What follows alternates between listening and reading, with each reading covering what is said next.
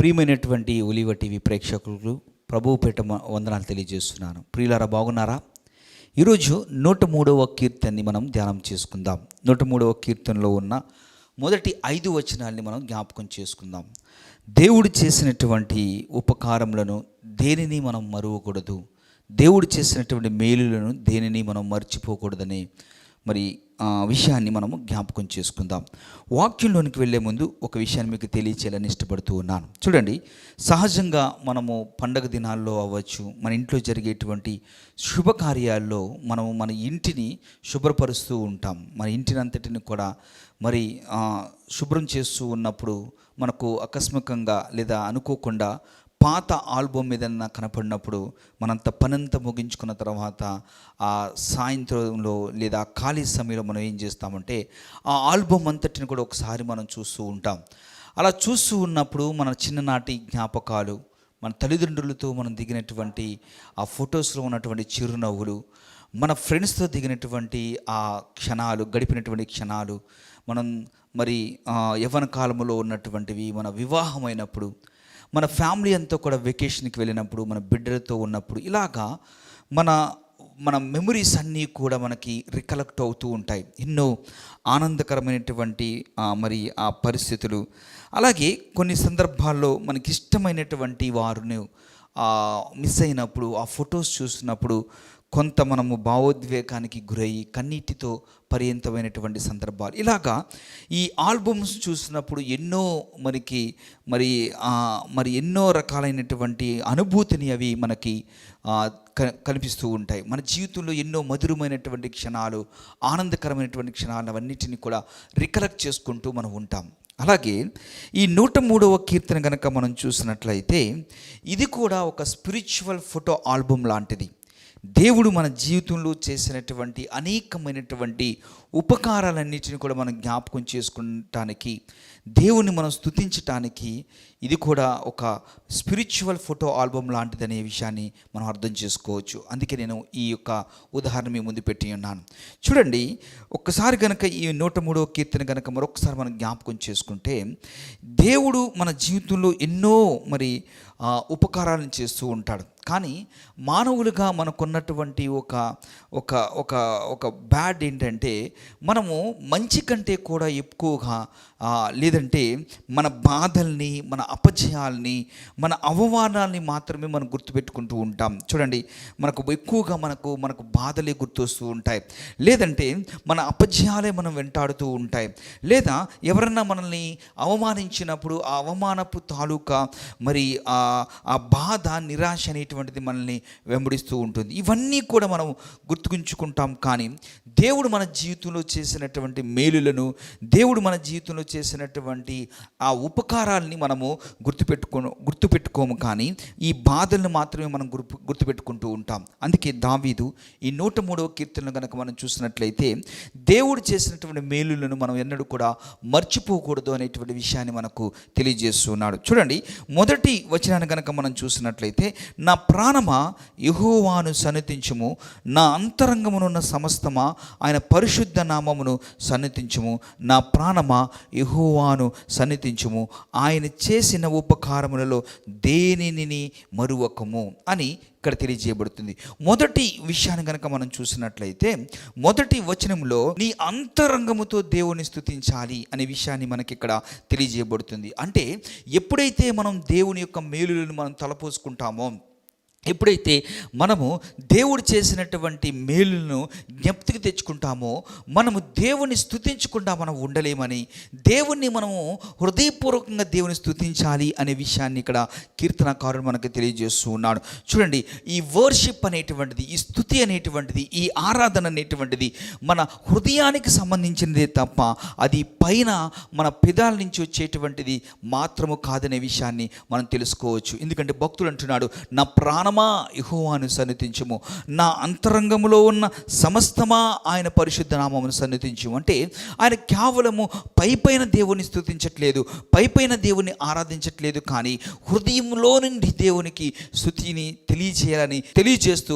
మనకు ఒక పాఠాన్ని నేర్పిస్తూ ఉన్నాడు. అదేంటంటే దేవుని మనము అంతరంగంలో నుంచి హృదయపూర్వకంగా దేవుని స్తుతించాలనే విషయాన్ని మనం జ్ఞాపకం చేసుకోవచ్చు. చూడండి, ఎప్పుడు మనం దేవుని స్తుతించగలమంటే హూ గాడ్ ఈజ్, దేవుడు ఎవరు అనేటువంటి విషయాన్ని మనం అర్థం చేసుకున్నప్పుడు, దేవుడు మన ఎడల ఆయన ఏమి చేశాడు అనేటువంటి మరి ఆ విషయాన్ని మనం జ్ఞాపకం చేసుకున్నప్పుడు, దేవుడు ఎంత కృప కలిగినటువంటి వాడో మనం జ్ఞాపకం చేసుకున్నప్పుడు, ఆయన స్తుతించకుండా ఆయన కొనియాడకుండా మన జీవితంలో మనము ఉండలేము. చూడండి, అందుకే ఇక్కడ కీర్తనకారుడు అంటున్నాడు, నా ప్రాణమా యెహోవాను సన్నిధించుము, నా అంతరంగంలో ఉన్న సమస్తమా ఆయన పరిశుద్ధ నామమును సన్నిధించుము, ఆయన చేసిన ఉపకారములలో దేనిని మరువకము. అంటే మన స్తుతి కేవలం పెదాలతో కూడినటువంటిది కాక హృదయపూర్వకమైనటువంటిదిగా ఉండాలని, కేవలము ఆరాధన సమయంలోనే ఆదివారం ఆరాధనలో మాత్రమే కాక మన జీవిత కాలమంతా కూడా ప్రతిరోజు కూడా ఆయన్ని చేసినటువంటి మేలుని జ్ఞాపకం చేసుకుంటూ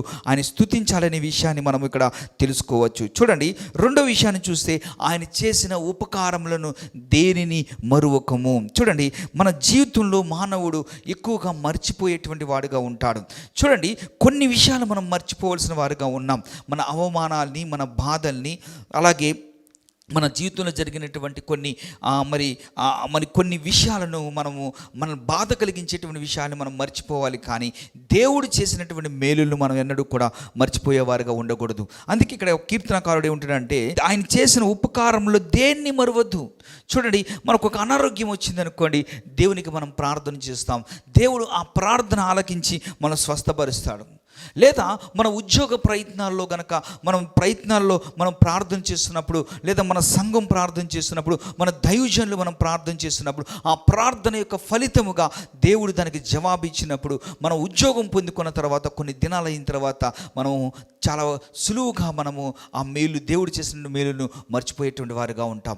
అలాగే దేవుడు గనక మనకు అనేకమైనటువంటి ఇబ్బందుల్లో మనం ప్రార్థించినప్పుడు, మన అవసరతలన్నీ తీర్చినప్పుడు, ఆ అవసరతలన్నీ తీరిన తర్వాత దేవుడు చేసినటువంటి మేళ్ళు మనము మర్చిపోయేవారుగా ఉంటాం. అందుకే కీర్తనకారుడు అంటున్నాడు, ఆయన చేసినటువంటి ఉపకారములను దేనిని మరువకము. ఎందుకంటే దేవునికి మనం కృతజ్ఞతాస్తుతులు చెల్లించినప్పుడు ఆయన దాన్ని బట్టి సంతోషిస్తాడు.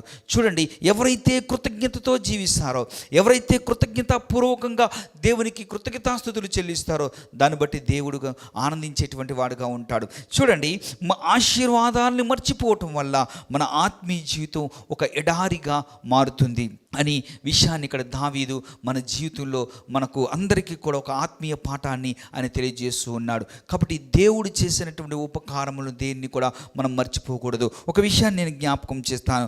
లూకా సువార్త 17వ అధ్యాయము 11వ వచనం కనుక మనం చూసినట్లయితే ఇక్కడ ఒక ఎగ్జాంపుల్ని మనం చూస్తాం. చూడండి, ఇక్కడ చూసినట్లయితే ఈ 11వ వచనంలో ఆయన ఒక గ్రామంలోనికి వెళుచుండగా 10 మంది కుష్ఠరోగులు ఆయనకు ఎదురుగా వచ్చి దూరముగా నిలిచి, యేసు, ప్రభువా, మమ్ము కరుణింపమని కేకలు వేసిరి.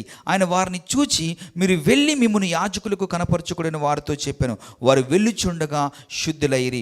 వారిలో ఒకడు తనకు స్వస్థత కలుగుట చూచి గొప్ప శబ్దముతో దేవుని మహిమ పరుచుచు తిరిగి వచ్చి ఆయనకు కృతజ్ఞతాస్తుతులు చెల్లించుచు ఆయన పాదముల యొద్ద సాగిలిపడెను. వాడు సమరయుడు. అందుకు యేసు, 10 మంది శుద్ధులైరి కారా, ఆ 9 ఎక్కడా అని దేవుడు ప్రశ్నించినట్లుగా మనం చూస్తూ ఉన్నాం. అందుకే ఇంకా నేను చెప్పాను, ఎవరైతే కృతజ్ఞత కలిగి ఉంటారో దాన్ని బట్టి దేవుడు సంతోషిస్తాడు. ఇక్కడ చూడండి, 10 మంది కుష్ఠరోగులు. ఆ దినాల్లో ఈ కుష్టి వ్యాధి వచ్చినటువంటి వారు, లెపర్సీ వచ్చినటువంటి వారిని చాలామంది మనుషులుగా ట్రీట్ చేసేవారు కాదు. వారు ఆ యొక్క గ్రామానికో లేకపోతే వారు ఉన్నటువంటి ఆ ప్రాంతాన్ని నుంచి దూరంగా వెళ్ళి వారు బ్రతికేటువంటి వారుగా ఉండేవారు. చూడండి, వారిని మరి సమాజంలో వారిని మనుషులుగా ట్రీట్ చేసేటువంటి వారు కాదు. కానీ ఎప్పుడైతే వీరు దేవుడి దగ్గరకు వచ్చారో, దేవుడి దగ్గరకు వచ్చి అయ్యా మమ్మల్ని శుద్ధులుగా చేయమన్నప్పుడు దేవుడు అంటున్నాడు, మీరు వెళ్ళండి యాజకునికి కనపరచుకోండి అని చెప్పినప్పుడు వీరు మార్గంలో వెళ్తూ ఉన్నప్పుడే శుద్ధులయ్యారు. కానీ ఒక్కడు మాత్రమే వెనువెంటనే గొప్ప శబ్దముతో దేవుణ్ణి మహిమపరిచినట్లుగా మళ్ళీ తిరిగి యేసు ప్రభు వారి దగ్గరకు వచ్చి ఆయనకు కృతజ్ఞతాస్తుతులు చెల్లించినట్లుగా, ఆయన ఎదుట సాగిలిపడినట్లుగా మనం చూస్తూ ఉన్నాం. కానీ మిగతా 9 మరి వారు ఎక్కడికి వెళ్ళారో మనకు అక్కడ బైబిల్ బైబిల్లో రాయబడలేదు. మేబీ వాళ్ళ ఫ్యామిలీతో బిజీ ఉండొచ్చు, లేదంటే ఇంకా రకరకాలైనటువంటి వ్యాపకాల వల్ల నిండిపోయి ఉండొచ్చు. దేవునికి కృతజ్ఞతాస్తుతులు చెల్లించకుండా కేవలం వారు అవసరతలో దేవుడి దగ్గరకు వచ్చి మేలు పొందిన తర్వాత ఆ మేలును మర్చిపోయేటువంటి వారుగా ఆ 90 కనబడుతున్నారు. కానీ ఒక్క వ్యక్తి మాత్రము దేవుడి దగ్గరకు వచ్చి దేవుణ్ణి మహిమపరుస్తున్నాడు. ఎప్పుడు మహిమపరుస్తున్నాడు? తన జీవితంలో జరిగినటువంటి స్వస్థతకు వెనువెంటనే గొప్ప శబ్దముతో దేవుని స్తుతిస్తూ ఉన్నాడు. అలాగే అంత మాత్రమే కాదు, కానీ మళ్ళీ దేవుని దగ్గరకు వచ్చి దేవునికి కృతజ్ఞతాస్తుతులు చెల్లిస్తూ మరి సాగిలిపడి ఆయన్ని కొనియాడినట్లుగా మనం చూస్తూ ఉన్నాం. ప్రియ దేవుని బిడ్డలారా, అందుకే ఇక్కడ కీర్తనకారుడు దావీదు అంటున్నాడు, ఆయన చేసిన మేలులలో దేనిని మరువకము. దేవుడు మన జీవితంలో చేసిన మేలులకు మనం మర్చిపోయేవారము కాకుండా దేవుని మహిమపరిచేవారుగా, దేవునికి కృతజ్ఞతాస్తుతులు చెల్లించేటువంటి వారుగా మనం ఉండాలి. మనం బాధల్లో ఉన్నప్పుడు మనం ప్రార్థన చేసినప్పుడు దేవుడు ఆ బాధల నుంచి విడిపించినప్పుడు దేవునికి మనం కృతజ్ఞతలుగా స్తుతులు చెల్లించేవారుగా ఉండాలి. అనారోగ్యం కొరకు మనం ప్రార్థన చేసినప్పుడు దేవుడు మనం స్వస్థపరిచినప్పుడు దేవునికి మనం కృతజ్ఞతాస్తుతులు చెల్లించవలసిన వారుగా ఉన్నాం. మన జీవితంలో ఏ చిన్న విషయంలో అయినా దేవుని యొక్క జోక్యం చేసుకొని ఆయన మనల్ని మరి తప్పించి రక్షించి మనల్ని హెచ్చించి ఘనపరిచి ఆయన మనల్ని దీవించినప్పుడు ఆశీర్వదించినప్పుడు మనము కృతజ్ఞత కలిగి ఆయన స్తుతించేటువంటి వారుగా ఉండాలి. ఆ 10 మంది కుష్ఠరోగుల్లో ఆ సమరయుడు ఎలాగైతే దేవుని స్తుతించాడో, ఎలాగైతే దేవుని మహింపరిచాడో, దేవునికి కృతజ్ఞతాస్తుతులు చెల్లించాడో, మన జీవితంలో కూడా మనము దేవుని స్తుతించవలసిన వారుగా ఉన్నాం. నా వ్యక్తిగతమైనటువంటి సాక్ష్యాన్ని మీకు నేను తెలియజేస్తాను. రీసెంట్గా నేను ఒక ఇంజనీరింగ్ కాలేజీలో ఇంటర్వ్యూ కోసం సిద్ధపడుతూ ఉన్నప్పుడు మరి ఆ ముందు దినాన ఆ ఇంటర్వ్యూ ముందు దినాన నేను ఒక్కసారి నన్ను నేను పరిశీలన చేసుకుంటూ ఉన్నాను. నన్ను దేవుడు ఎలాగ నా స్కూల్ స్టడీస్లో ఆయన తోడుగా ఉన్నాడు, ఎలాగ నా 10th క్లాస్ ఎగ్జామ్స్లో ఆయన తోడుగా ఉన్నాడు, ఇంటర్మీడియట్లో, నా బీటెక్లో, నా గేట్ క్వాలిఫై అయినప్పుడు, నా ఎంటెక్లో, అలాగే నా యొక్క ఉద్యోగంలో, నా యొక్క వివాహంలో, ఇవన్నీ కూడా నేను జ్ఞాపకం చేసుకున్నప్పుడు నా నోటిలో నుంచి దేవుని స్తుతించకుండా నేను ఉండలేకపోయాను. ప్రియ దేవుని బిడ్డ, ఈ వాక్యం వింటున్నటువంటి నీవు కూడా నీ జీవితంలో, నీ కుటుంబ జీవితంలో, నీ ఉద్యోగాల్లో, నీ వ్యాపారాల్లో దేవుడు జోక్యం చేసుకొని ఆయన నిన్ను దీవించి ఆశీర్వదించినప్పుడు ఆయన చేసినటువంటి ఉపకారములన్నిటినీ కూడా మనము మరి ఎక్నాలెడ్జ్ అవుతూ దేవుని స్తుతించకుండా మనము ఉండలేము. అందుకే ఇక్కడ కీర్తనకారుడు అంటున్నాడు, ఆయన చేసిన ఉపకారములలో దేనిని మర్చిపోవద్దు అని అక్కడ మనకు తెలియజేస్తున్నాడు. అంత మాత్రమే కాకుండా ఇంకా కొన్ని విషయాలు మనం ధ్యానం చేద్దాం. చూడండి, తర్వాత విషయాన్ని కనుక మనం చూసినట్లయితే ఆయన నీ దోషములన్నిటినీ క్షమించువాడు. వాడుక భాష బైబిల్ ఏముందంటే ఆయన నీ పాపాలన్నిటినీ క్షమిస్తాడు.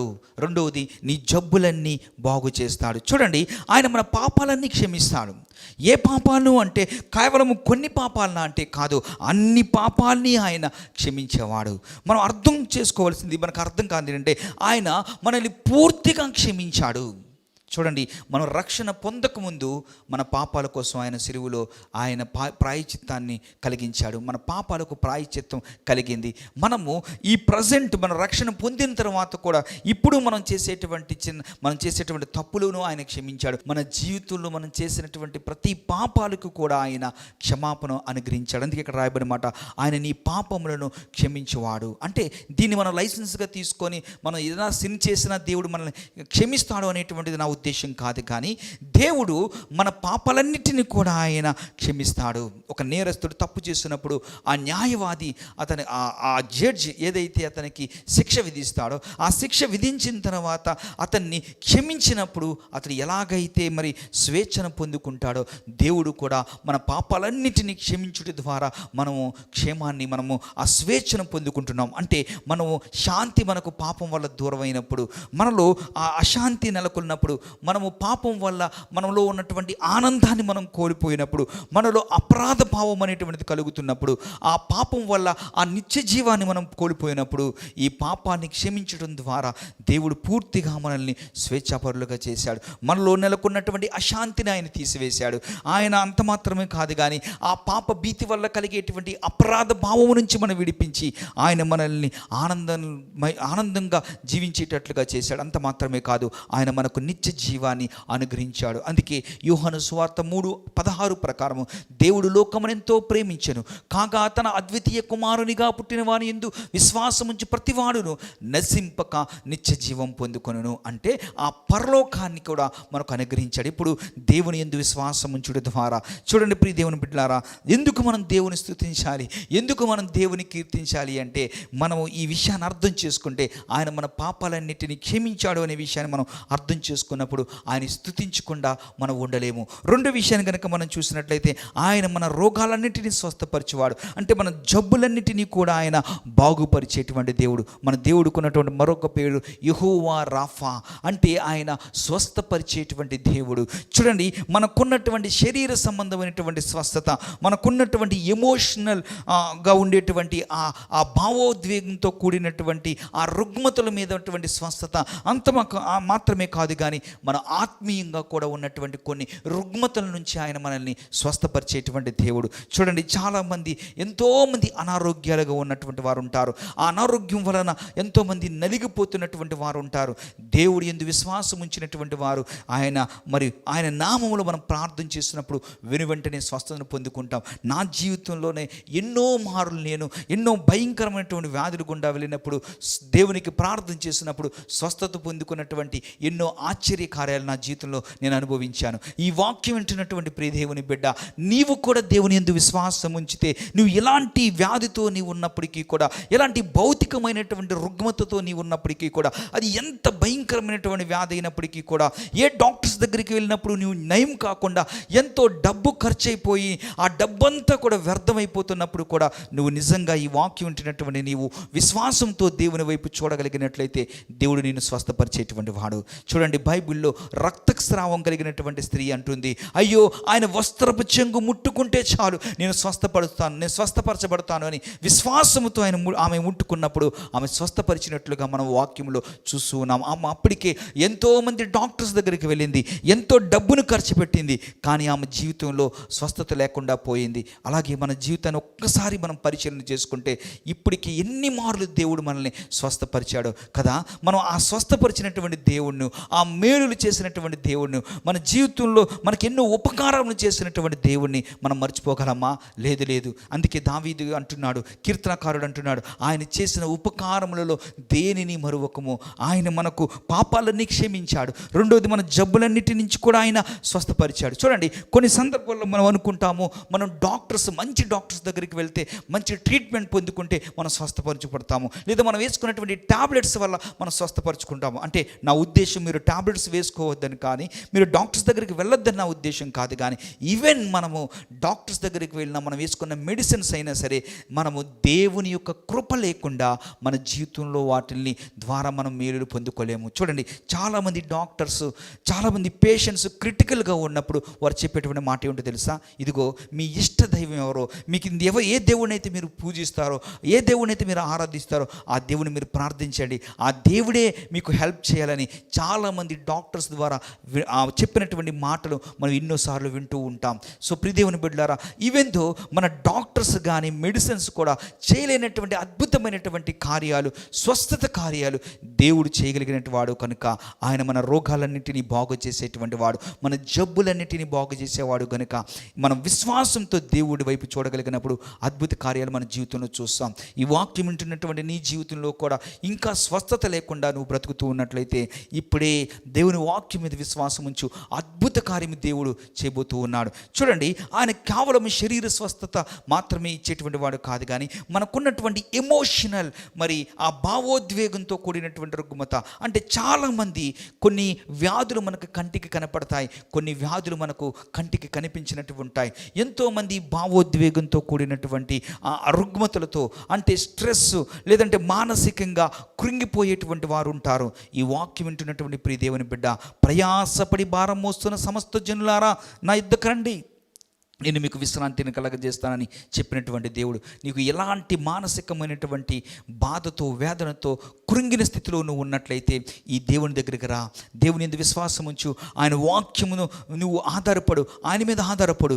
దేవుడు నీ జీవితంలో అద్భుత కార్యం చేయగలడు. నీ మానసికమైనటువంటి రుగ్మతల నుంచి ఆయన నిన్ను స్వస్థపరిచేటువంటి దేవుడు. అంత మాత్రమే కాదు, చివరిగా మనం చూసినట్లయితే ఆత్మీయమైనటువంటి స్వస్థత. అంటే చాలామందికి ఆత్మ సంబంధమైనటువంటి జబ్బులు కూడా ఉంటాయి. అంటే ఆత్మ సంబంధమైన జబ్బులు అంటే దేవుని యొక్క మరి వాక్యానికి అవిధేయత చూపిస్తూ, హృదయం అన్నిటికంటే మోసకరమైనది, అది ఘోరమైన వ్యాధి కలది. ఈ హృదయంలో ద్వారా మనలో ఉన్నటువంటి స్పిరిచువల్గా మనము పడిపోయి, ఆత్మీయంగా పడిపోయి, పాపంలో పడిపోవడం ద్వారా ఈ బంధకాల్లో ఉన్నటువంటి మనల్ని దేవుడు ఆయన స్వస్థతనిచ్చి విడుదలను ఇవ్వగలిగినటువంటి దేవుడు. అందుకే ఆయన అంటున్నాడు, ఆయన నీ జబ్బులన్నిటినీ బాగు చేయవాడు. సో ఎందుకు మనం దేవుని స్తుతించాలి అంటే, ఎందుకు మనం ఆయన చేసిన ఉపకారములు దేన్ని మరువకూడదంటే, ఆయన మనకు పాపాలన్నీ క్షమించాడు, 2 మన జబ్బులన్నీ బాగు చేశాడు, 3 విషయాన్ని కూడా మనం చూసినట్లయితే నాశనము నుండి నీ ప్రాణమును విమోచించును. వాడుక భాష బైబిల్ ఏముందంటే నాశనము నుండి నీ ప్రాణమును విమోచించును.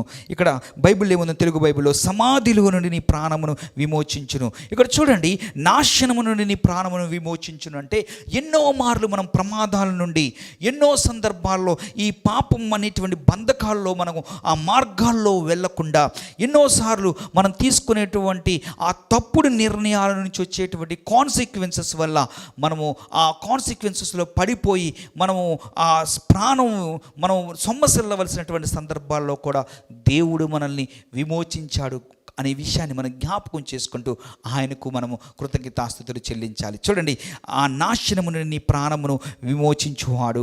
మన జీవితంలో ఇప్పటికే ఎన్నో సందర్భాల్లో ఆయన మనల్ని ప్రమాదాల నుంచి తప్పించిన వాడుగా ఉన్నాడు. కొన్ని మనకు కంటికి కనిపించేవి ఉంటాయి, కొన్ని మనం కంటికి కనిపించినటువంటి ఎన్నో ప్రమాదాల నుంచి దేవుడు మనల్ని విడిపించేవాడు. చూడండి, మా ప్రమాదాల నుంచి మనం రక్షించేటువంటి వాడు. ఆ ప్రమాదాల వల్ల మనం ఎప్పుడో యాక్సిడెంట్స్ అయ్యి మనం మరణించవలసిన వారుగా ఉండగా దేవుడు మనల్ని తప్పించినటువంటి సందర్భాలు ఎన్నో ఉంటాయి. కొన్నిసార్లు ఈ యాక్సిడెంట్ అయినా ఆ యాక్సిడెంట్లో మనం ప్రాణాలు పోకోకుండా కూడా ఆయన కాపాడుతూ ఉంటాడు. చూడండి, కొంతమందికి కార్ యాక్సిడెంట్, కారు అంతా కూడా మరి అది క్రష్ అయిపోతుంది, కానీ దేవుడు ఆశ్చర్యకరంగా దాంట్లోంచి తప్పిస్తూ ఉంటాడు. కొంతమంది ఎన్నో భయంకరమైనటువంటి ప్రమాదాల్లో నుంచి వెళ్తూ ఉన్నప్పుడు కూడా దేవుడు వారిని స్వస్థపరుస్తూ ఉంటాడు. ఎన్నోసార్లు ఈ కరెంట్ షాకులు తగిలి ఎంతోమంది మరణించవలసిన వారుగా ఉండగా దాని నుంచి తప్పిస్తూ ఉంటారు. ఇలా ఎన్నో రకాలైనటువంటి ప్రమాదాల నుంచి దేవుడు మనల్ని తప్పిస్తూ ఉంటాడు. అంత మాత్రమే కాదు, కానీ దేవుడు మనం ఎన్నో మార్లు మనం ఈ పాపమనే బంధకాల్లో మనం కూరుకుపోవలసిన వారుగా ఉండగా దేవుడు మనల్ని వాటి నుండి తప్పించిన వాడిగా ఉన్నాడు. అందుకే అంటున్నాడు, ఆయన నాశనము నుండి నీ ప్రాణమును విమోచించును. కొన్నిసార్లు మన జీవితంలో తీసుకునేటువంటి తప్పుడు నిర్ణయాన్ని వల్ల, దాని వల్ల వచ్చేటువంటి కాన్సిక్వెన్సెస్ వల్ల కూడా మనం ఎంతో నశించిపోవలసిన వారుగా ఉండగా దేవుడు మనల్ని వాటి నుంచి తప్పించాడు. అంటే మనం ఏమనుకుంటాం అంటే, చాలా సందర్భాల్లో ఇది యాదృచ్ఛికంగా ఇలాంటి పరిస్థితుల నుంచి తప్పించబడినప్పుడు ఇది చాలా లక్కీగా మనం తప్పించబడ్డాము, సో ఐఎమ్ సో లక్కీ అనుకుంటాం. నో, ఇది లక్కీ కాదు, కానీ కేవలము దేవుని యొక్క కృప మాత్రమే. దేవుని యొక్క కృప మాత్రమే. మనము ప్రమాదాల నుంచి తప్పించబడుతున్నా, మనము ఈ పాపమనే బంధకాల్లోకి మనం వెళ్ళిపోకుండా, ఆ ఉచ్చుల్లోకి మనం పడకుండా మనం తప్పించబడుతున్నాము అంటే అంత మాత్రమే కాదు, మనం తీసుకునేటువంటి కొన్ని తప్పుడు నిర్ణయాల వల్ల మన జీవితంలో నశించిపోవలసిన వారుగా ఉండగా వీటన్నిటి నుంచి తప్పించబడుతున్నామంటే ఇది కేవలము లక్కీ కాదు, కానీ ఇది యాదృచ్ఛికం కాదు, కానీ దేవుని యొక్క మహాకృప చేతే మనం రక్షించబడుతున్నామనే విషయాన్ని మనం మర్చిపోకూడదు. అందుకే అంటున్నాను, ఆయన చేసిన ఉపకారంలో దేన్ని మరువకూడదు అనుకున్నప్పుడు నాశనకరమైనటువంటి దాటి నుంచి మనం విమోచించాడు కనుక ఆయన మనం స్తుతించవలసిన వారుగా ఉన్నాం. చూడండి, తర్వాత విషయాన్ని కనుక మనం చూసినట్లయితే కరుణ కటాక్షముతో నీకు కిరీటంగా ఉంచి ఉన్నాడు. కరుణ కటాక్షము. చూడండి, వాడుక భాష బైబిల్లో ఏముందంటే, అలాగే వాడుక భాష బైబిల్లో మనం చూసినట్లయితే మరి కృప అలాగే వాత్సల్యము అనేటువంటి కిరీటాన్ని ఆయన మనకు పెట్టి ఉన్నాడు అనే విషయాన్ని మనం ఉంచుకోవచ్చు. అంటే దేవుడు మనకు కిరీటం పెట్టడం అంటే గౌరవించటం. దేవుడు మనల్ని పాపిగా ఆయన మనం మాత్రం చూడట్లేదు, కానీ ఆయన సంతానముగా ఆయన మనల్ని చూస్తున్నాడు. మన జీవితంలో ఎన్నో సందర్భాల్లో విరిగిపోయినటువంటి వారిగా, బ్రోకెన్గా ఉన్నటువంటి మన లైఫ్స్ని ఆయన ఆశీర్వాదకరంగా ఉంచుతాడు. అంటే ఒక భిక్షగాన్ని ఎలాగైతే మనము రాజుగా మార్చబడతాడో, దేవుడు కూడా పాపులమైనటువంటి మనల్ని, పాప జీవితంలో ఉన్నటువంటి మనల్ని ఆయన కుమారులుగా, మరి ఆ రాజకుమారులుగా ఆయన చేసినట్లుగా మనం చూస్తూ ఉన్నాం. అంటే దేవుడు మనల్ని ఈ కృప అనేటువంటి, వాత్సల్యం అనేటువంటి కిరీటాన్ని పెట్టి ఆయన మనల్ని గౌరవిస్తూ ఉన్నాడు. చూడండి, కృప అంటే ఏంటి? కృప అంటే అర్థం ఏంటంటే అర్హత లేనటువంటి వాడిని అర్హునిగా చేయటమే కృప. మీకు ఇంకా ఈజీగా అర్థం అవ్వాలంటే, ఒక 25 మార్కులు పాస్ మార్కులు అనుకోండి, 23 మార్కులు 24 మార్కులు వచ్చి ఫెయిల్ అయిపోయినటువంటి వ్యక్తిని, ఆ ఎగ్జామ్ను కరెక్షన్ చేస్తున్నటువంటి వ్యక్తులు ఏం చేస్తారంటే 1-2 మార్కులు గ్రేస్ మార్క్స్ యాడ్ చేసి అతన్ని పాస్ చేస్తారు. అంటే వాస్తవానికి అతను ఫెయిల్ అయ్యాడు, కానీ ఆ గ్రేస్ మార్క్స్ వేయటం వల్ల అతను పాస్ అయ్యాడు. అంతే. అలాగే దేవుడు కూడా అర్హత లేనటువంటి మనల్ని ఆయన అర్హులుగా చేశాడు. ఎలాగూ అంటే ఆయన కృప ద్వారా. కృప అంటే అర్హత లేని వాడు అర్హులుగా చేయటం. అలాగే రెండో విషయాన్ని కూడా మనం చూసినట్లే వాత్సల్యము. వాత్సల్యము అంటే అర్థం ఏమిటంటే, మనం చూసినట్లయితే వాత్సల్యము అంటే తల్లిదండ్రులు బిడ్డల మీద చూపించేటువంటి ఆ ప్రేమనే మనం వాత్సల్యం అంటాం.